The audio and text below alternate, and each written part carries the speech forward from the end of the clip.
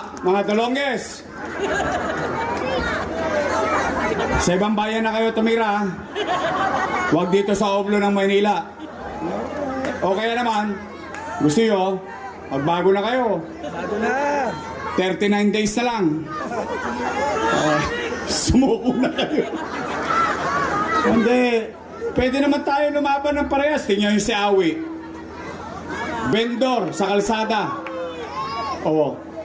Awa ng Diyos. Nakaraw siya. Akala mo ngayon, honorable.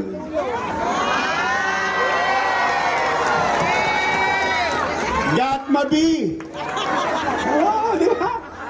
Kasi ang pangalan niya ngayon may duktong na eh. H-O-N. Oh.